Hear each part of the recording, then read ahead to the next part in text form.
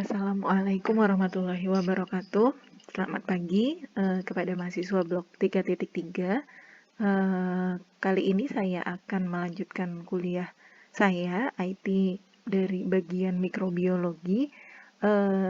Kemarin minggu lalu ya kita sudah membahas mengenai bacterial infection in respiratory tract. Lalu saat ini saya lanjutkan materi mengenai viral infection in respiratory tract.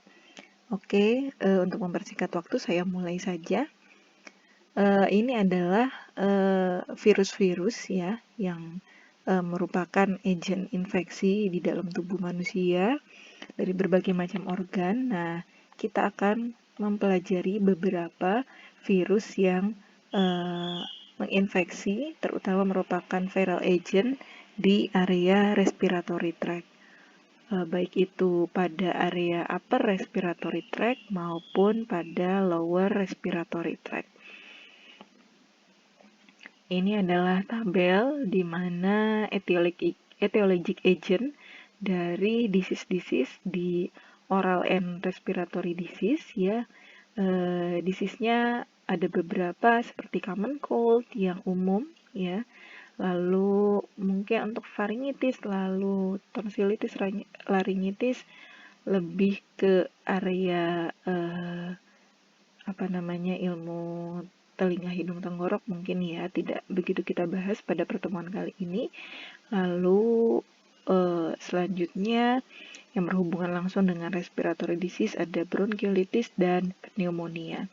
Ada beberapa virus yang masing-masing merupakan penyebab dari disease-disease yang ada pada respiratory. Yang ada tanda bintang seperti ini itu merupakan virus yang dianggap sebagai virus yang paling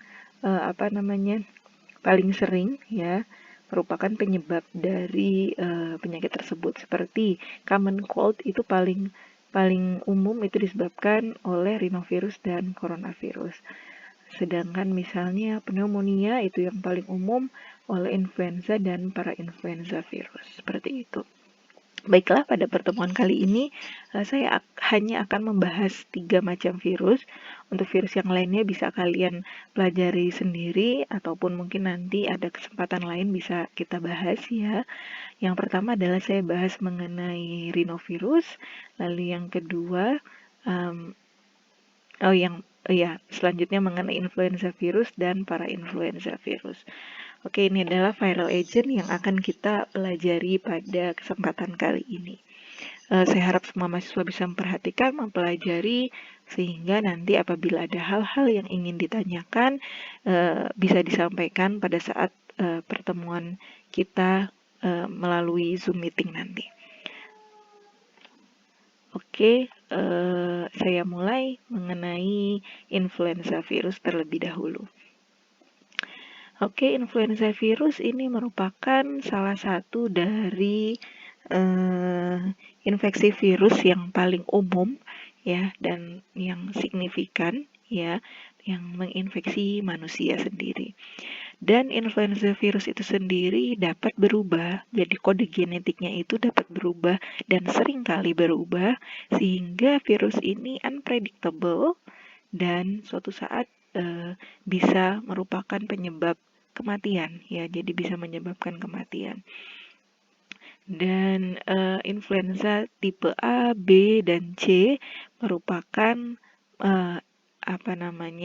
member ya virus yang paling penting dari family Orthomyxoviridae. Lalu seperti yang kita ketahui, beberapa virus influenza itu sudah menyebabkan pandemik di dunia dan pandemik dari influenza itu disebabkan dari virus yang tipe A ya. Jadi memang apabila terjadi suatu pandemik itu biasanya yang menyebabkannya adalah virus influenza yang tipe A. Dan ini merupakan virus yang paling ditakuti ya, tipe yang paling ditakuti pada virus influenza. kita bahas ya. Jadi memang karena ini merupakan virus yang paling penting, tipe A ini adalah tipe yang paling penting, maka kita akan lebih banyak membahas mengenai influenza tipe A. Jadi influenza tipe A ini diklasifikasikan ke dalam 2 subtipe, protein. Jadi ada beberapa subtipe itu kita bedakan dari dua jenis protein yang berada pada permukaan virus tersebut. Jadi kedua protein ini bisa kita sebut hemagglutinins disingkat HA dan neuraminidase kita singkat NA. Mohon untuk diingat-ingat ya, karena ini penting pada virus influenza. Jadi sebagai contoh, sebuah virus ya, virus influenza dengan versi 1 atau kode 1 dari protein HA atau hemagglutinins dan versi 2 dari protein NA atau neuraminidase, itu selanjutnya dapat disebut sebagai influenza A subtipe H1N2 atau bisa juga disingkat AH1N2. Seperti itu ya. Jadi ini adalah contoh gambar dari virus influenza. Jadi di permukaan virusnya ya, di permukaan virus itu ada 2 macam tonjolan virus, yaitu ada HA dan NA. HA protein itu membantu ya virus untuk melekat pada sel host, sehingga virus ini dapat masuk ke dalam sel host dan memulai proses infeksi. Jadi memang semua virus itu harus masuk ke dalam sel host ya, untuk membuat kopi atau memperbanyak diri dari virus tersebut. Sedangkan NA protein itu dibutuhkan oleh virus untuk keluar. Kalau HA untuk melekat dan masuk, sedangkan kalau NA protein itu untuk keluar dari sel host. Sehingga virus-virus baru ya. Jadi kan virus itu masuk ke dalam sel host, lalu memperbanyak diri dalam sel host sehingga akan menghasilkan virus-virus baru yang lebih banyak. Nah, sehingga virus yang baru yang dibuat di dalam sel host dapat keluar dan menginfeksi lebih banyak sel lagi.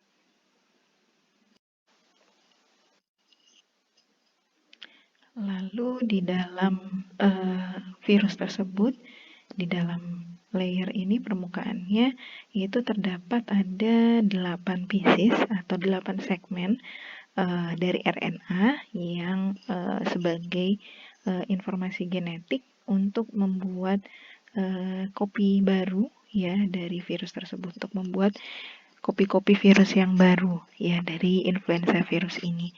Jadi bisa dihitung di sini ada 8 segmen RNA dan setiap segmen itu merupakan atau berisi instruksi untuk membuat satu atau lebih protein dari virus tersebut. Jadi ketika virus baru itu sudah dibuat di dalam sel host, semua 8 segmen RNA tadi butuh untuk bersatu, ya seperti itu. Bersatu masuk ke dalam partikel virus yang baru, sehingga setiap virus mempunyai set yang komplit ya dari RNA tadi sebanyak 8 segmen untuk untuk membuat atau sebagai bahan instruksi untuk membuat virus-virus baru apabila menginfeksi sel-sel yang lain seperti itu ya. Jadi harus lengkap 8 segmen RNA tadi, tidak boleh ada satu yang kurang. Nah, danger jadi maksudnya bahayanya itu timbul ketika ada 2 subtipe yang berbeda dari influenza A yang masuk ke dalam satu sel yang sama, sehingga segmen tersebut dapat mix, ya dapat tercampur untuk membuat virus yang baru.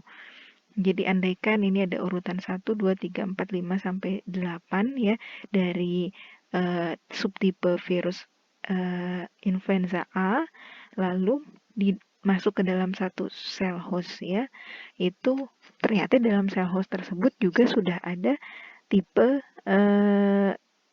influenza A yang subtipe B misalnya seperti itu.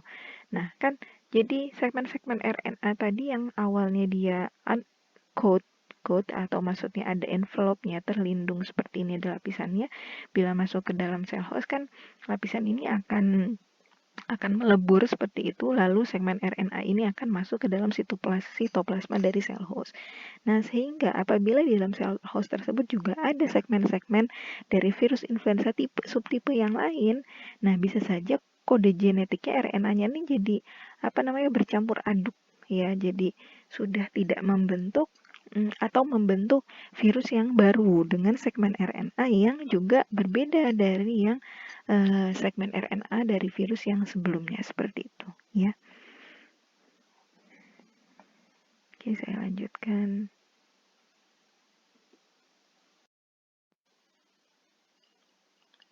Nah, lalu bagaimana virus influenza ini dapat berubah? Jadi ada dua cara dengan cara drift and shift. Ini merupakan hal yang penting terhadap perubahan dari influenza virus.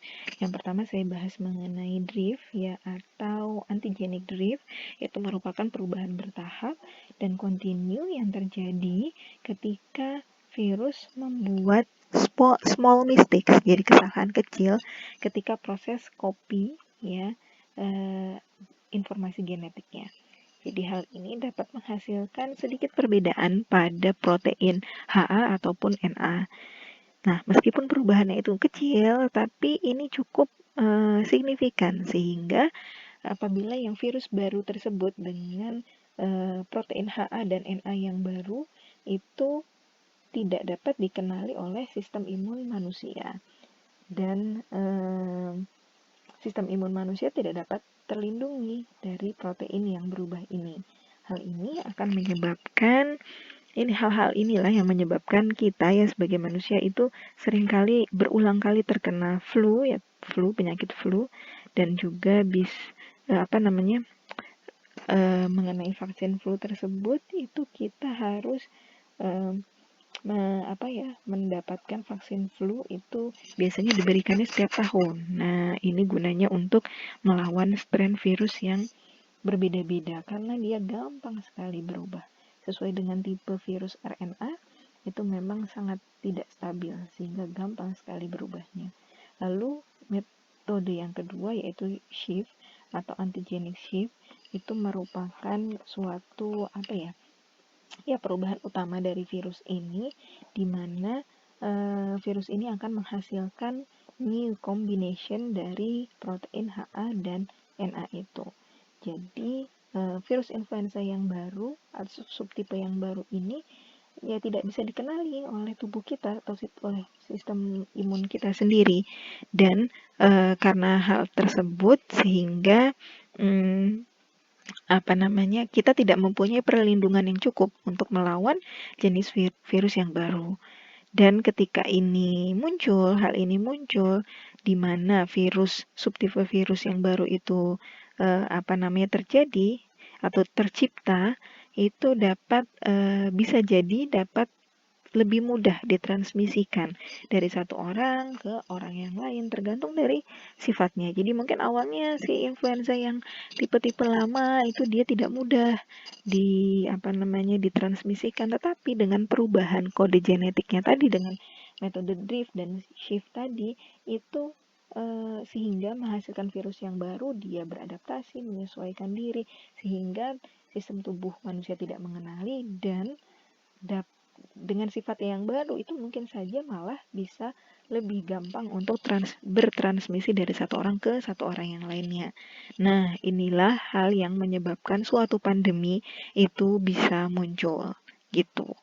Nah, jadi shift ya, metode shift tadi, virus shift itu bisa terjadi ketika seorang manusia ataupun seekor hewan itu terinfeksi oleh dua subtipe influenza yang berbeda gitu.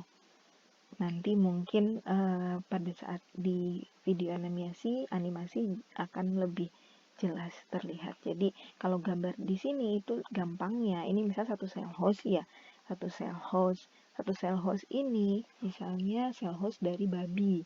Nah, ternyata babi ini terinfeksi dari influenza virus yang dari misalnya manusia, juga terinfeksi influenza virus yang sumbernya itu dari bebek, misalnya dalam suatu keadaan tertentu.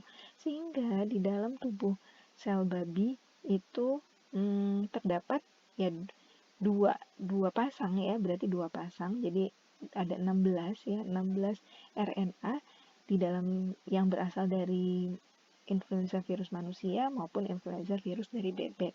Nah, sehingga di dalam sel babi itu jadinya bercampur ya. RNA-nya ini bercampur.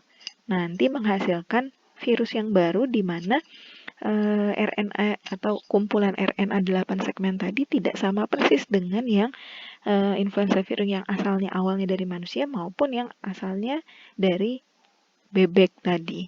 Nah, dengan tipe virus yang baru ini bisa jadi virusnya itu lebih berbahaya, lebih gampang ditransmisikan. Mungkin dari babi itu bisa ditransmisikan ke manusia lebih gampang seperti itu, ataupun dengan hewan-hewan yang lain ya. Ini saya hanya memberikan sebuah contoh saja. Nah, inilah yang mengakibatkan ini adalah sebuah pandemi ya, H5N1 avian influenza yang terjadi pada tahun 2006. Jadi H5N1 ya tipe protein hemagglutinинnya yang tipe kode virion 5 dan yang neuramidasenya yang tipe 1 ya. Nah, salah satunya itu di Indonesia tersendiri ada terdapat 55 kasus di mana 45-nya itu kematian ya. Nah, ini sangat berbahaya. Jadi sempat menggemparkan waktu itu di dunia ya. Oke, setelah ini silakan tonton animasi video berikut mengenai influenza virus untuk menambah pemahaman dari mahasiswa sendiri mengenai virus influenza. Lalu selanjutnya akan saya lanjutkan ke virus berikutnya.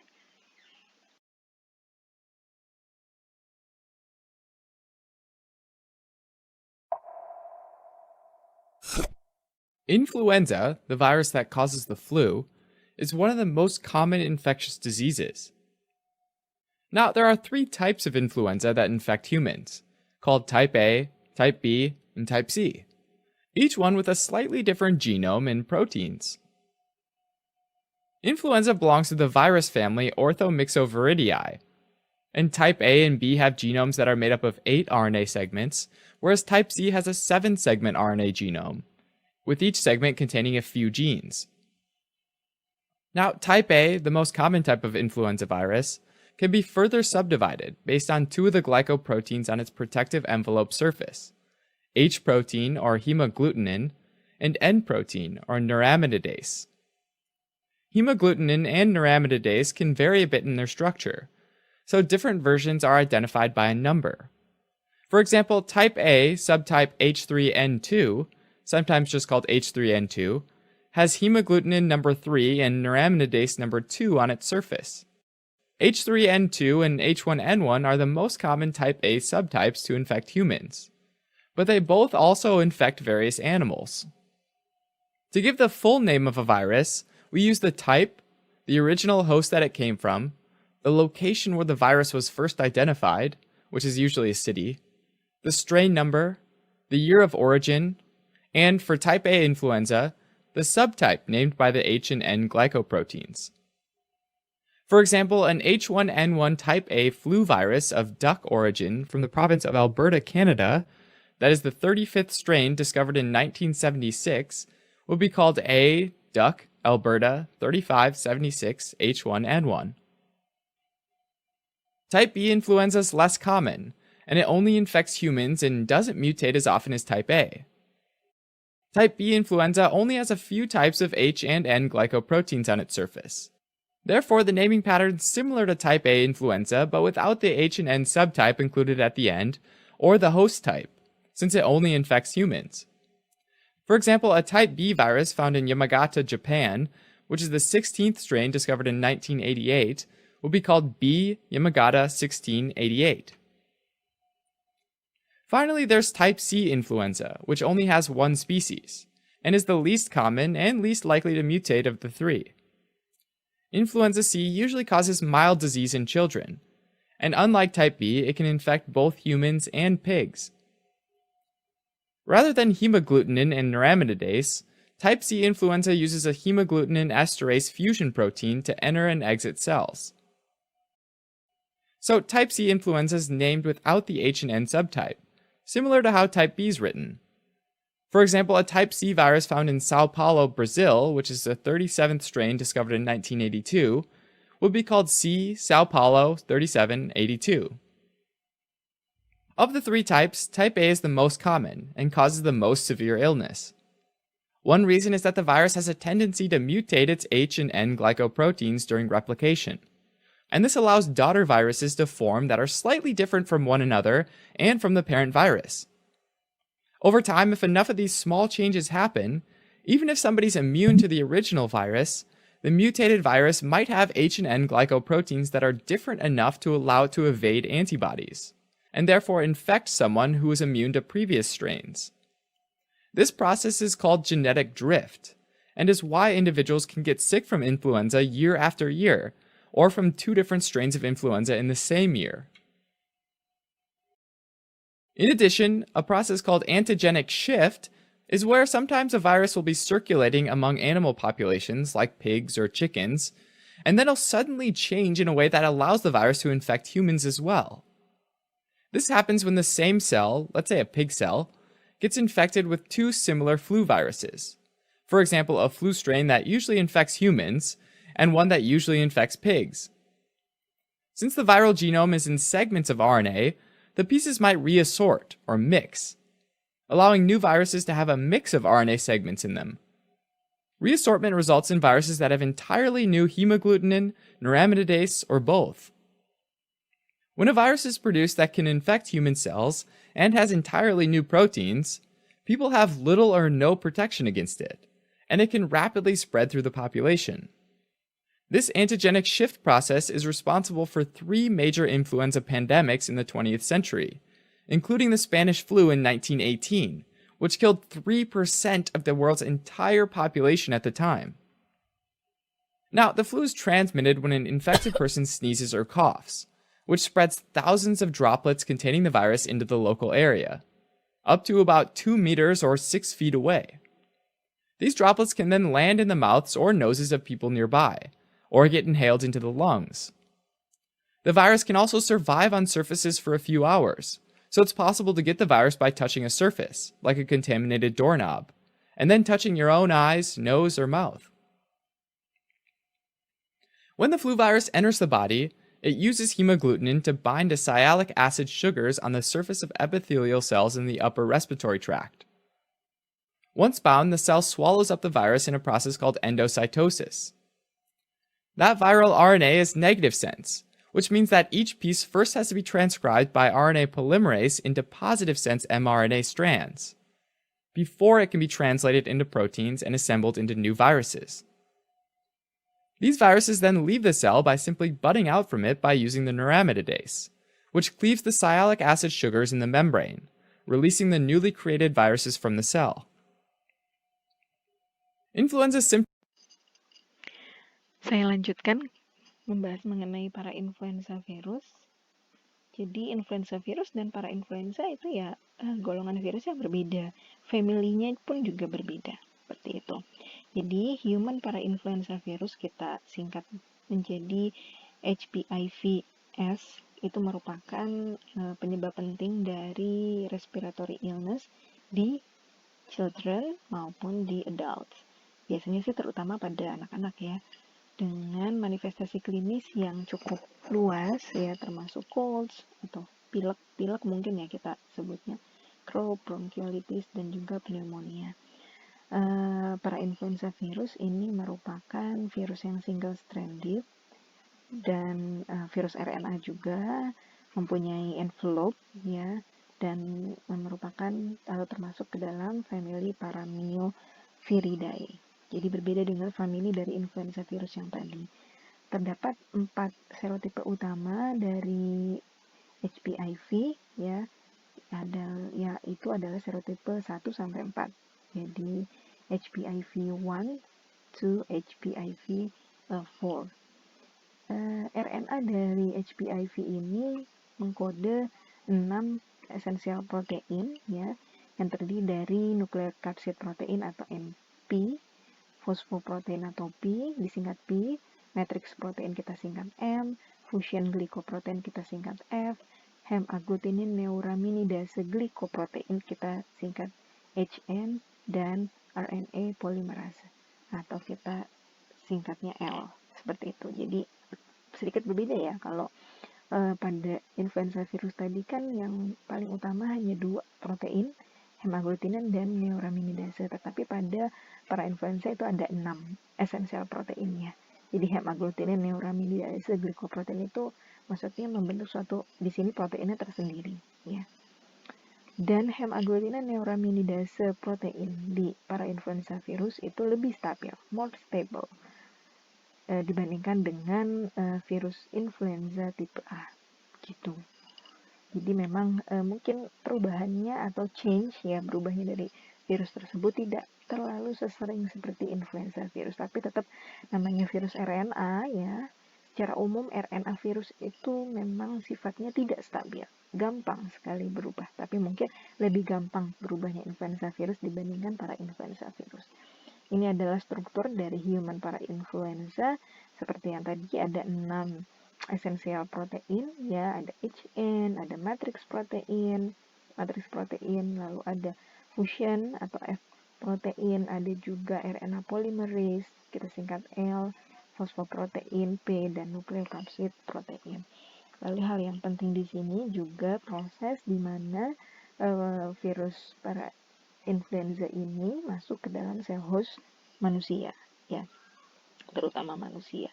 Jadi dimulai dari HN protein ini ya, HN protein, HN protein. Ini yang pertama adalah proses binding. Jadi HN protein itu attach ya, menyentuh ya dari residu sialic acid pada permukaan sel host atau permukaan sel epitel host. Dan fusion protein ini ya yang F, mungkin di sini enggak tergambarkan, ini adalah fusion protein atau glikoprotein, itu memediasi fusi, jadi masuknya atau meleburnya dari permukaan permukaan virus ini melebur dengan permukaan atau fusion ya, ini ya melebur dengan permukaan sel host, dibantu dengan fusion glikoprotein atau F tadi. Sehingga setelah proses attach atau binding tadi, terjadi proses fusion, lalu selanjutnya genetik material di sini, ini adalah genetik materialnya yang terdiri dari informasi genetik dari para influenza virus tersebut, itu uncoating, jadi sudah tidak berselubung lagi, jadi seperti naked gini ya, tidak terselubung. Lalu terjadilah proses replikasi di dalam sitoplasma sel host.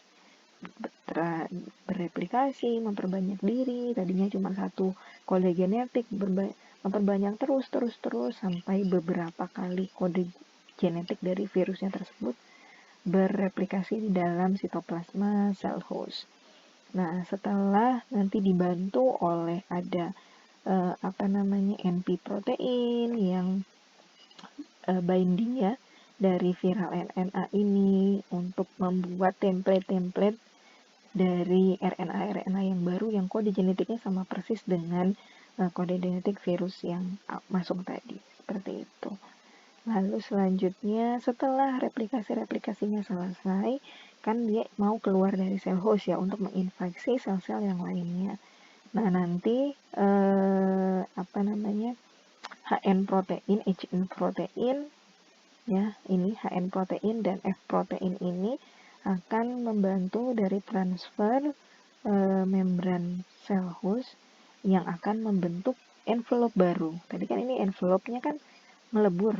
Nah, kalau dia mau keluar dari si sel host ini, dia butuh envelope yang baru. Di sini adalah fungsi dari HN protein dan F protein tadi ya, akan membentuk envelope baru untuk new virion yang baru untuk mengcoating ya, sehingga nanti juga HN protein itu juga memfasilitasi rilisnya dari virion yang baru dengan bantuan dari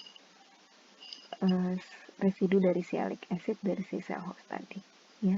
Ini akan dari 1 itu bisa jadi 10 maupun 10 kali 10 pangkat berapanya gitu ya. Dari satu virus bisa berkembang menjadi banyak virus yang baru. Seperti itu. Mungkin nanti akan lebih dijelaskan, lebih jelas pada video animasi. Silahkan menonton video animasi berikut ini.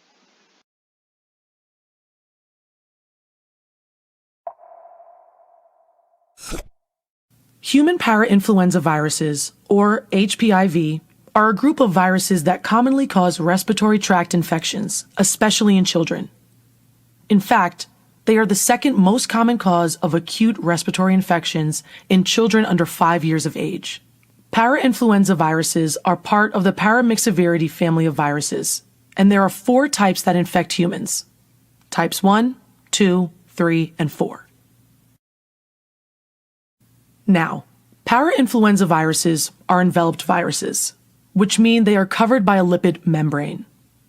Inside this lipid membrane is a nucleocapsid which contains a single-stranded negative sense RNA genome and an RNA polymerase enzyme. And on the lipid membrane are 2 glycoproteins, HN, hemagglutinin neuraminidase, and F, or fusion. Parainfluenza viruses are transmitted when an infected person sneezes or coughs, which spreads thousands of droplets containing the virus into the surrounding area up to about 2 meters or 6 feet away. These droplets can then land in the mouths or noses of people nearby, or be inhaled into their lungs. The virus can also survive on surfaces for a few hours, so it's possible to get the virus by touching an infected surface, like a contaminated doorknob, and then touch your own eyes, nose, or mouth. When the parainfluenza virus enters the body, it uses hemagglutinin to bind into sialic acid sugars on the surface of epithelial cells in the respiratory tract. Once bound, the fusion, or F protein, helps the virus fuse with the epithelial cell membrane and release the nucleocapsid into the cytoplasm. In the cytoplasm, an enzyme called RNA polymerase transcribes the negative sense viral RNA into positive sense mRNA strands, which are then translated by host cell ribosomes into viral proteins and assembled into new viruses. These viruses leave the cell by using neuraminidase, which cleaves the sialic acid sugars of the cell membrane and allow the newly created viruses to simply bud out of the cell. The new viruses invade neighboring cells and destroy them. Cellular destruction attracts nearby immune cells, which release various chemokines that create an inflammatory reaction. This reaction makes epithelial cells secrete more mucus, and it also increases the permeability of blood vessels in the walls of the airways. Increased permeability allows more immune cells and fluid to enter the damaged areas, causing inflammation and swelling. The extra fluid thickens the walls of the airways and narrows it. Children typically... Baiklah, kita masuk ke pembahasan virus yang terakhir, itu mengenai rhinovirus. Jadi human rhinovirus, kata singkat HRV, itu merupakan virus leading ya, yang menyebabkan penyakit pada manusia, termasuk common cold. Itu juga umumnya itu disebabkan oleh rhinovirus, yang rhinovirus ini termasuk ke dalam famili Picornaviridae dan genus Enterovirus. Nah, bedanya dengan virus influenza dan parainfluenza, human rhinovirus itu merupakan virus yang tidak mempunyai envelope, tidak beramplop. Dengan positive sense single-stranded RNA sama, virusnya RNA terdiri dari 7,2 kilobyte yang mengkode 11 protein. Ada 3 spesies penting ya pada rhinovirus ini, ada HRVA, HRVB, dan HRVC. Lalu viral capsid dari HRP itu terdiri dari 4 viral protein penting dari VP1, VP2, VP3, dan VP4.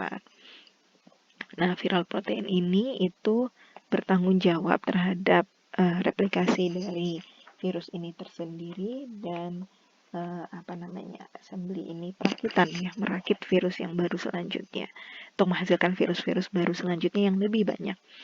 Variasi antigenik dari rhinovirus ini itu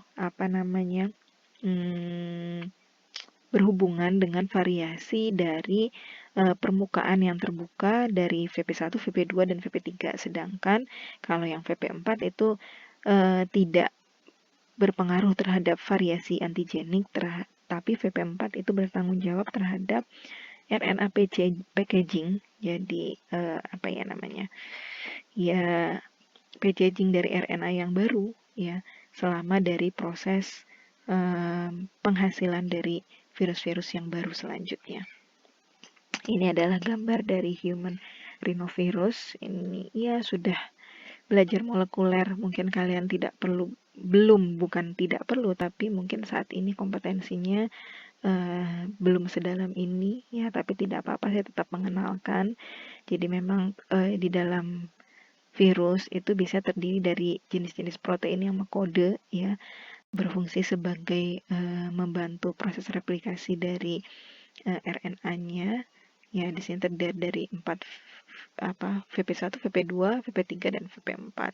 Dan bentuknya itu icosahedral strukturnya, dan ini adalah 3 spesies penting ya pada human rhinovirus yang telah diidentifikasi, yang telah diidentifikasi. Di kemudian hari bisa jadi HRVA-nya lebih dari 83 tipe. Dengan berkembangnya ilmu pengetahuan, ditemukan jenis virus-virus yang baru yang bisa menginfeksi manusia, membuat kesakitan yang baru dengan gejala klinis yang baik itu lebih ringan maupun yang bahkan lebih berat, seperti itu. Itulah gunanya kita long life learner. Jadi tidak boleh berhenti belajar, karena ilmu pengetahuan terutama di bidang kedokteran sendiri terus berkembang, seperti itu, menemukan hal-hal yang baru. Seperti ini HRVB yang baru ditemukan 32 tipe, dan HRVC yang baru ditemukan adalah 55 tipe. Oke, selanjutnya langsung saja menyaksikan animasi berikut untuk menambah pemahaman mahasiswa sekalian mengenai rhinovirus.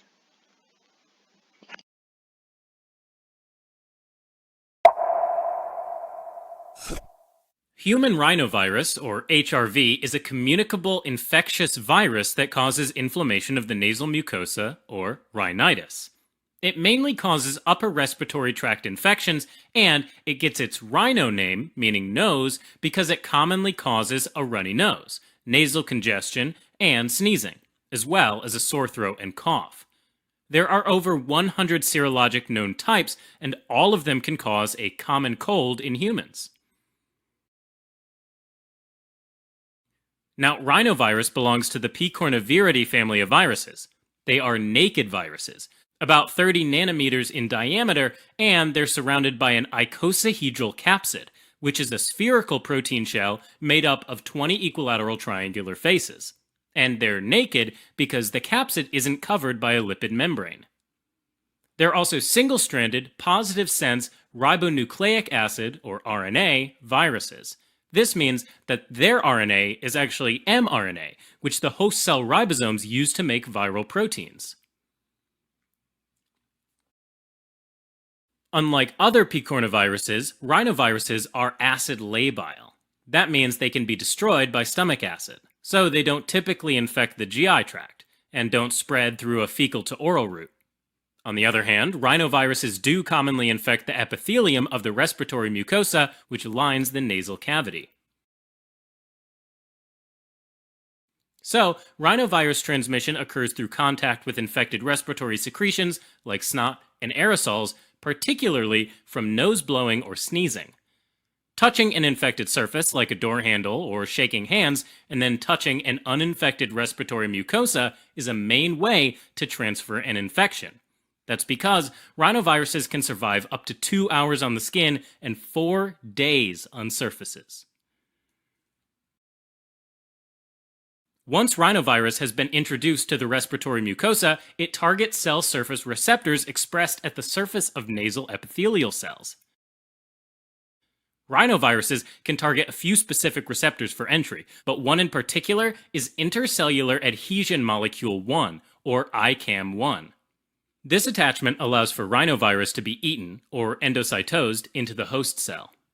During the endocytosis process, the icosahedral capsid breaks open, allowing the single-stranded RNA of rhinovirus to gain access to the host cell cytoplasm. In the cytoplasm, the host cell ribosomes take over viral protein production, helping the virus replicate. Now, when the host cell realizes it's been infected, it releases pro-inflammatory proteins, like cytokines and chemokines, to activate and attract immune cells to the site of infection, and recruit even more immune cells from blood vessels in the lamina propria, the layer just under the epithelium in the respiratory mucosa. And the end result is local inflammation. Rhinovirus Oke, kita sudah selesai membahas mengenai 3 virus tadi. Silakan bila ada pertanyaan atau hal yang tidak dimengerti bisa nanti disampaikan di forum diskusi maupun disampaikan pada saat pertemuan kita di Zoom meeting nanti, sehingga saya inginkan komunikasi kita lebih dua arah, kalian bertanya dan saya berusaha untuk menjawab sebisa saya. Oke, selamat belajar, semoga sukses, nanti bisa menjawab pertanyaan-pertanyaan di kuis dengan sebaik-baiknya, sehingga diharapkan pada saat ujian blog juga bisa menyelesaikan soal-soal pada materi saya juga dengan baik ya. Oke, terima kasih banyak atas perhatiannya. Wassalamualaikum warahmatullahi wabarakatuh.